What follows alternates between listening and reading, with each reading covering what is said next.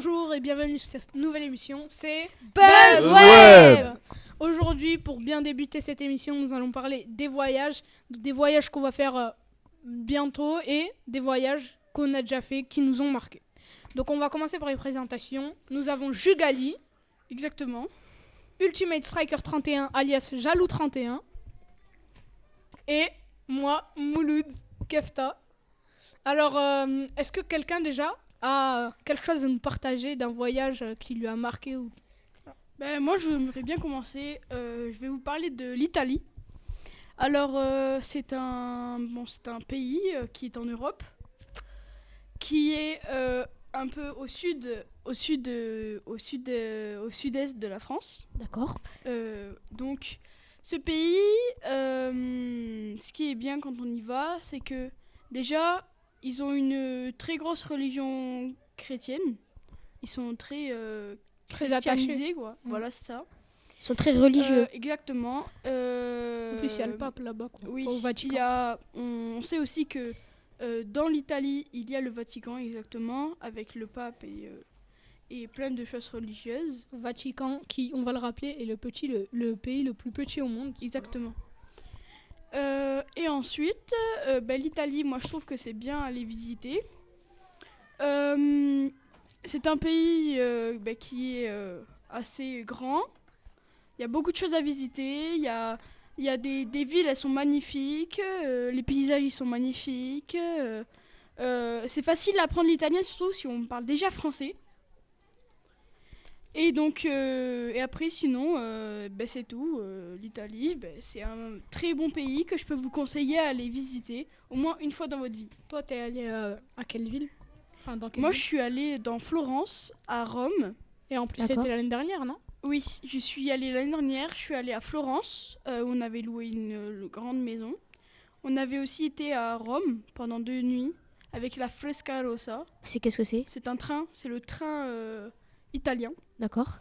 Et quand on voit les joueurs de rugby de l'Italie, sur leur dos, il y a écrit la Frescarossa. Ok. Donc voilà. En Italie aussi, ce qui est bien, c'est que quand on va visiter quelque part, quand on sait qu'on est des touristes, on va nous aider, on va être gentil avec nous. Les Italiens sont à peu près tous gentils. Enfin, À peu presque tous. À peu près. Voilà, c'est ça. Comment vous avez fait pour vous guider? Vous avez demandé à des gens En fait, on parlait un peu italien déjà.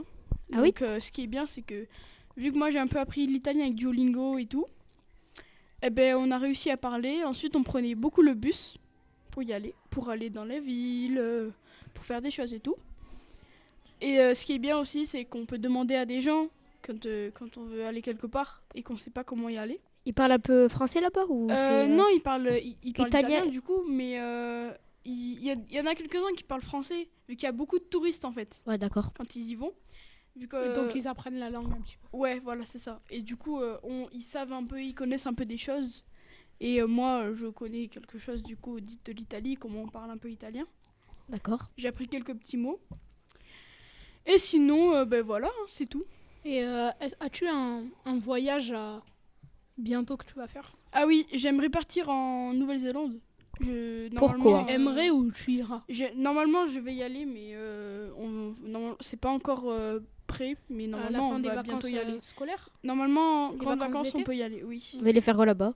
Vous savez déjà qu'est-ce que vous allez faire? Vous On avez va déjà aller visiter- préparé? Non, pas du tout. On va y aller. On va louer un hôtel et on va visiter les pays du rugby, quoi. Ah ouais, Vu qu'on sait Nouvelle-Zélande. qu'on est du rugby, la Nouvelle-Zélande, on sait que c'est l'un des plus grands pays du rugby, donc voilà. Bon, je pense que monsieur Jaloux 31 a voilà, quelque chose à a nous. quelque chose à nous révéler. sur Oui, son non, mais voyage. c'est pas un truc à révéler. J'ai fait un voyage moi aussi qui m'a. C'est un voyage où j'ai vraiment été touchée. C'est quand, en fait, on est parti à Tahiti, en Polynésie française. Et c'était mon voyage que je voulais faire parce que, déjà, de un, je trouve que c'est joli là-bas. Et mon tonton, je l'avais pas vu depuis très longtemps. Il habite là-bas. Donc, c'était une surprise pour moi pour le revoir. Du coup, on est parti là-bas à peu près 15 jours. C'était pendant les vacances de Noël. Je crois que c'était en 6e, vu qu'on est actuellement en 4e. Du coup, on est passé 15 jours là-bas. Bon, vu que mon tonton, il habite là-bas, il a un appartement à lui-même. On est resté chez lui et on allait visiter des îles. Moorea, qui est une très jolie île touristique. Là-bas, on peut faire plein d'activités. On peut faire du jet ski et particulièrement aller visiter un endroit où il y a plein de requins, où tu peux les toucher, même des raies, on peut les toucher, des tortues. Oui, oui, on est y allé. Ça fait un peu peur, mais après, c'est des requins. Je crois que c'est des requins à pointe noire. C'est ceux qui sont pas agressifs. Ouais. Ouais, voilà. Voilà. Après, on allait à la piscine et après, on a visité. Voilà. Vu que c'est une Et petite t'as île. pas fait du surf? Non, non. Je vais pas Non. faire de surf. Hein. Le Je pense que c'est l'un des pays du surf, hein. Le spot de surf aussi, Tahiti. Ouais, on est aussi y allé. Il y a une. Je crois que c'est un sable noir. Je sais pas c'est quoi le nom de la ville, mais c'est une mer où il y a la sable noire. Où on est y allé. Il y avait plein de surfeurs. Là justement, il y avait des vagues de fou. Il y avait plein de surfeurs qui faisaient du surf. C'est le pays du surf, on va dire. Un petit peu. Enfin, l'île du surf. C'est pas forcément le pays du surf, mais c'est l'un des endroits où il y a beaucoup de surfeurs et là, des endroits Où il y a les plus grandes vagues, je crois. Les plus grandes Je vagues, vois, non. c'est- Mais les plus belles vagues, bah là, dernièrement, les Jeux Olympiques se sont fait là-bas. Ouais, là-bas. On a vu hein, qu'il y avait qu'il y avait quand même de grandes vagues. Voilà. Alors, Et toi, moi, Mola? pour mon voyage qui m'a le plus marqué, c'était, je suis allée en Jordanie pour voir ma mamie pour la première fois, parce que je l'avais jamais vue. Et il a surtout touché mon père, le voyage, parce que il n'avait pas vu sa mère, du coup, depuis 16 ans, parce qu'il était parti, c'était un réfugié. Il y avait la guerre en Syrie, il est parti. Et du coup, quand on y est allé, on a pris l'avion, tout ça. On est de l'aéroport Saint-Exupéry à Lyon. On est arrivé dans la capitale, donc à Amman.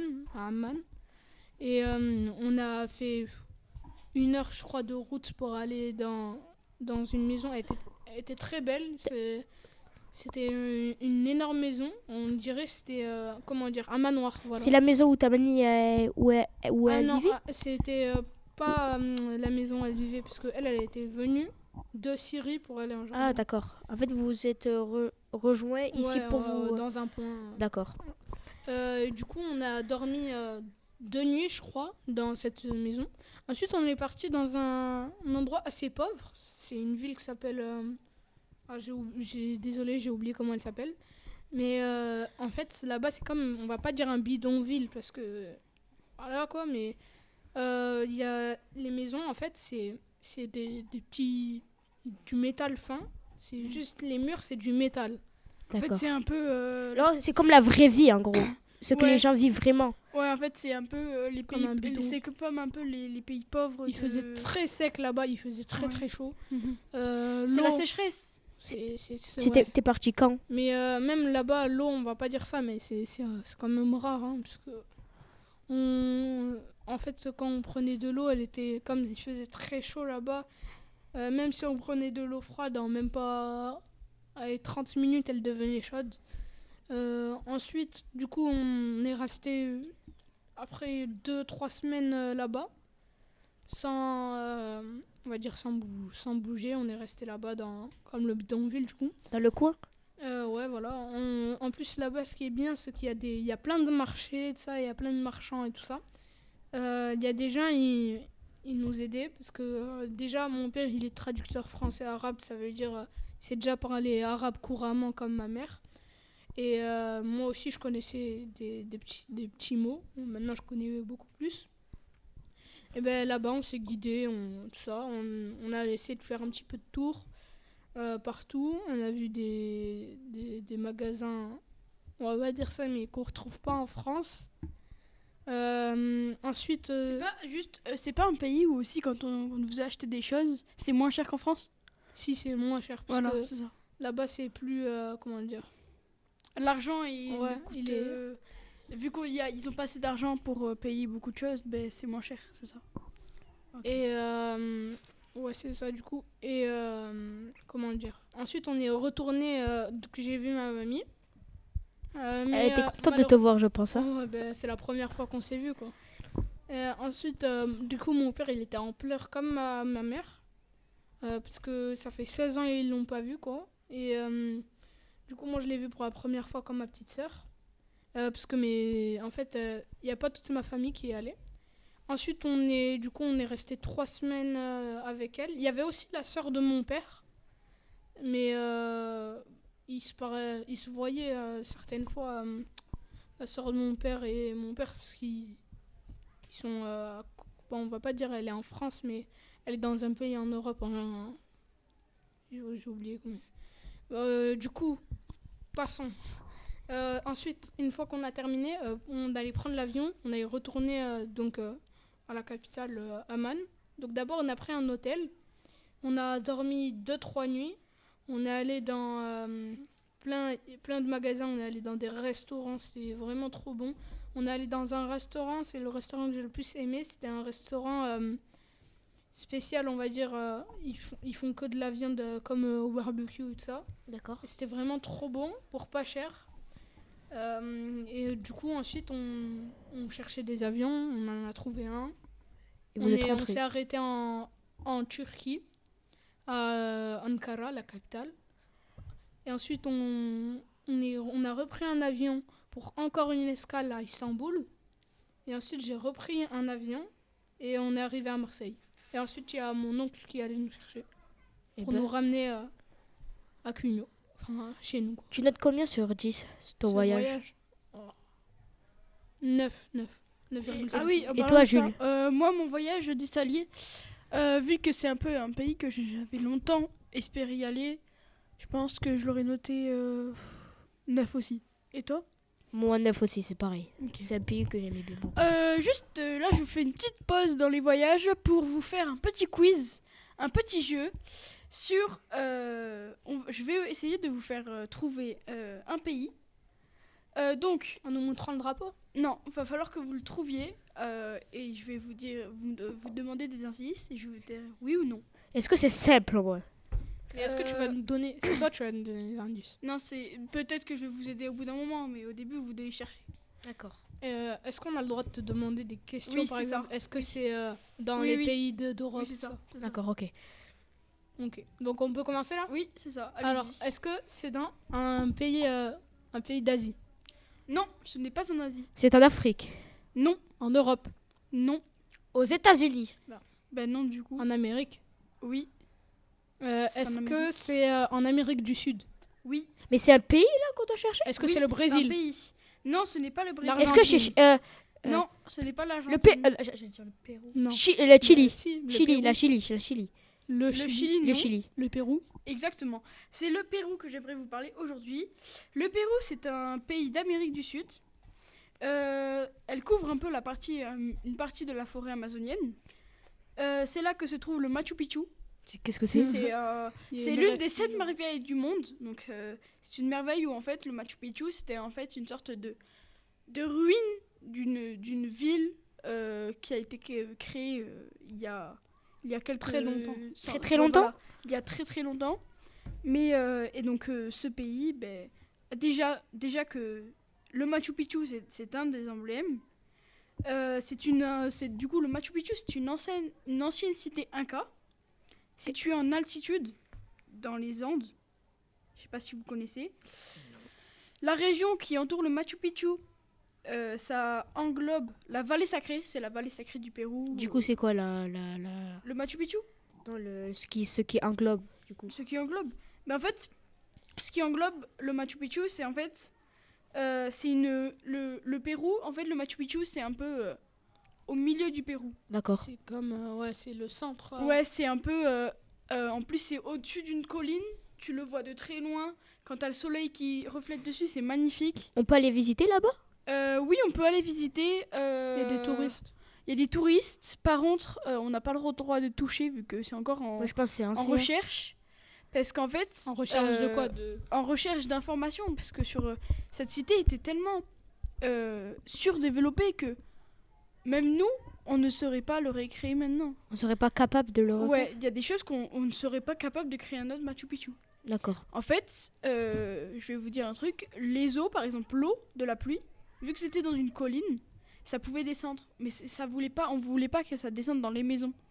Du coup, ils ont créé des sortes Machu de Picchu. des égouts, des égouts avec des tunnels pour que l'eau passe. Ah, Mais c'était tellement développé qu'on en a parlé plusieurs années. Il y a même des reportages sur le Machu Picchu qui passent des fois à la télé. Donc D'accord. je vous conseille, si vous voulez aller au Pérou, regardez le Machu Picchu. Il y a une ville aussi qui est très connue, c'est la ville de Cuzco. Elle comporte de nombreuses cités archéologiques, donc un peu comme le Machu Picchu, mais D'accord. c'est d'autres cités. Et après, sur la côte du Pacifique, vu que c'est du côté gauche de l'Amérique, D'accord. il y a le Pérou, il y a le Lima, avec Lima, à la côté. capitale. Ah ouais, la Voilà, capitale. le Lima. Et en fait, la capitale, du coup, le Lima, elle comprend un centre colonial bien conservé et d'importantes collections d'art Quoi comme art? pré-colombien. En fait, c'est de l'art de l'ancien temps, mais c'est de l'art que même nous, on ne saurait pas recréer, un peu comme le Machu Picchu. Le Machu Picchu est un art, c'est quelque chose qu'on ne pourrait pas recréer. C'est ça de l'art, c'est quelque chose de tellement fort qu'on ne saurait pas recréer. D'accord. Donc voilà, c'était juste ma petite minute pour vous faire ce petit quiz sur le Pérou. Est-ce que quelqu'un d'autre a une autre chronique à proposer?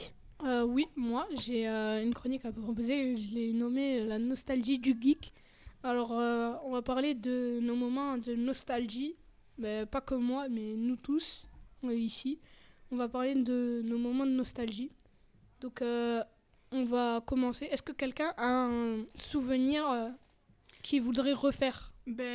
Par exemple dans les jeux vidéo, dans les consoles, Moi, je me souviens que quand j'étais petit, vraiment très très petit, je jouais encore à la Game Boy de mes parents. Ah ouais? Ouais. De mon père. Mon père avait une Game Boy, il avait encore ses jeux. Il Et l'a on toujours? jouait tout le temps.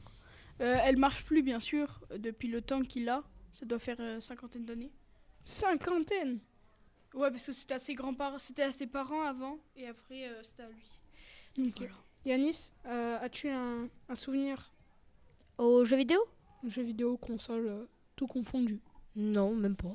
Genre, Non. t'as pas un jeu vidéo qui t'a marqué, très, très marqué, t'as envie de rejouer? Si, Uncharted, un jeu d'aventure. Magnifique Uncharted. Ouais, T'as joué auquel Ou le tout, premier, premier, deuxième, troisième, premier c'est quatre. Drex Fortune. Non, Drex Il y en a Fortune. 4, il y en a 4. Oui, premier c'est Uncharted Drex Fortune, le deuxième c'est Among Thieves, le troisième c'est l'illusion de Drake et le quatrième, je sais pas c'est quoi le nom, mais il est incroyable. Mais il est incroyable le 4e. Et Je toi, vous conseille. Molam, as-tu un truc à nous faire, Moi ouais c'est une console, mais aussi les anciens jeux Call of Duty. La Mhm. console moi c'est la PS3, parce ouais. que la PS3 maintenant en fait comment dire, On il la y a trouve une... Ouais on n'en trouve plus beaucoup. Et Et même même on ce qui trouve plus était de bien, jeux. ouais mais moi j'en ai plein chez moi Oui, et tout ça. logique. J'ai même, je crois, toute la collection Call of Duty sur PS3. J'ai pas envie de les vendre. Ça doit être collector un peu. hein. Ouais, bah, c'est collector là maintenant. Ensuite, juste pour vous dire, il y a 3 modèles de PlayStation 3 qui sont sortis comme PS5, PS4 et PS2 ou PS1. Non, PS2 ou PS1, je crois, il y en a que 2. D'accord. Alors sur PS3, ce qui est bien, c'est qu'il y a le modèle FAT, donc le plus gros. Par contre, ce qui est nul, c'est que il est plus fragile que les autres modèles, c'est-à-dire il est plus facile à casser. D'accord. Ensuite, on a le deuxième modèle, c'est lui que je possédais, c'est la PS3 Slim. Donc elle, c'était la plus dure et la plus fiable, on va dire. Ouais. Et pour finir, on avait la PS3 Ultra Slim, c'était la plus légère. Voilà. Celle qui Mais coûte la elle plus était pas chère? très fort, quoi. Ouais, elle était vraiment légère, c'était du plastique quoi. Elle coûte cher? Elle coûtait cher? La Ultra Slim ou Oui, la Slim? La Ultra Slim. Ultra Slim, bah, c'était moins cher que la PS3 Slim et la PS3 Fat. D'accord. Bah oui, C'est juste logique. parce que c'était moins solide. D'accord, Et ça d'accord. se cassait plus vite. Ce qui est bien, c'est que juste là, avant qu'on termine sur la chronique, il y a une PS3, elle est très rare. Donc si vous l'avez chez vous, vendez-la très cher. Hein. C'est une PS3 Fat, donc la plus grosse. Elle a 4 ports USB, donc on peut la reconnaître. Elle fait 60 Go. Et elle a 4 ports USB du coup. Et elle peut lire en fait les jeux PS3. Mais aussi, attendez, je vous ai pas dit. Tous les modèles PS3 peuvent lire les jeux PS1. Tous Oui. les modèles. Ah oui, quand même. Mais je vais vous dire, le 60 Go, la PS3 Fat avec les 4 ports USB peut lire non seulement les jeux PS3, PS1, mais aussi PS2. C'est-à-dire, il peut faire 3 en 1. Donc si vous avez envie d'acheter une PS1, une PS2, une PS3, achetez la PS3 60 Go, une PS5, Là, vous pouvez lire PS1, PS2, PS3, PS4, PS5. Parce que la PS5, elle lit les jeux Oui, PS4. mais la PS5, on a vu qu'au début, elle faisait pas très. Elle était. Ouais, Il y a beaucoup de gens qui l'avaient payée et. ils l'ont pas trop aimé. Ouais, voilà. Bon, ben c'est tout Pour aujourd'hui. pour cette émission. On espère que vous avez aimé. C'était BuzzWeb. Au revoir, les amis. Ciao. Passez une bonne journée.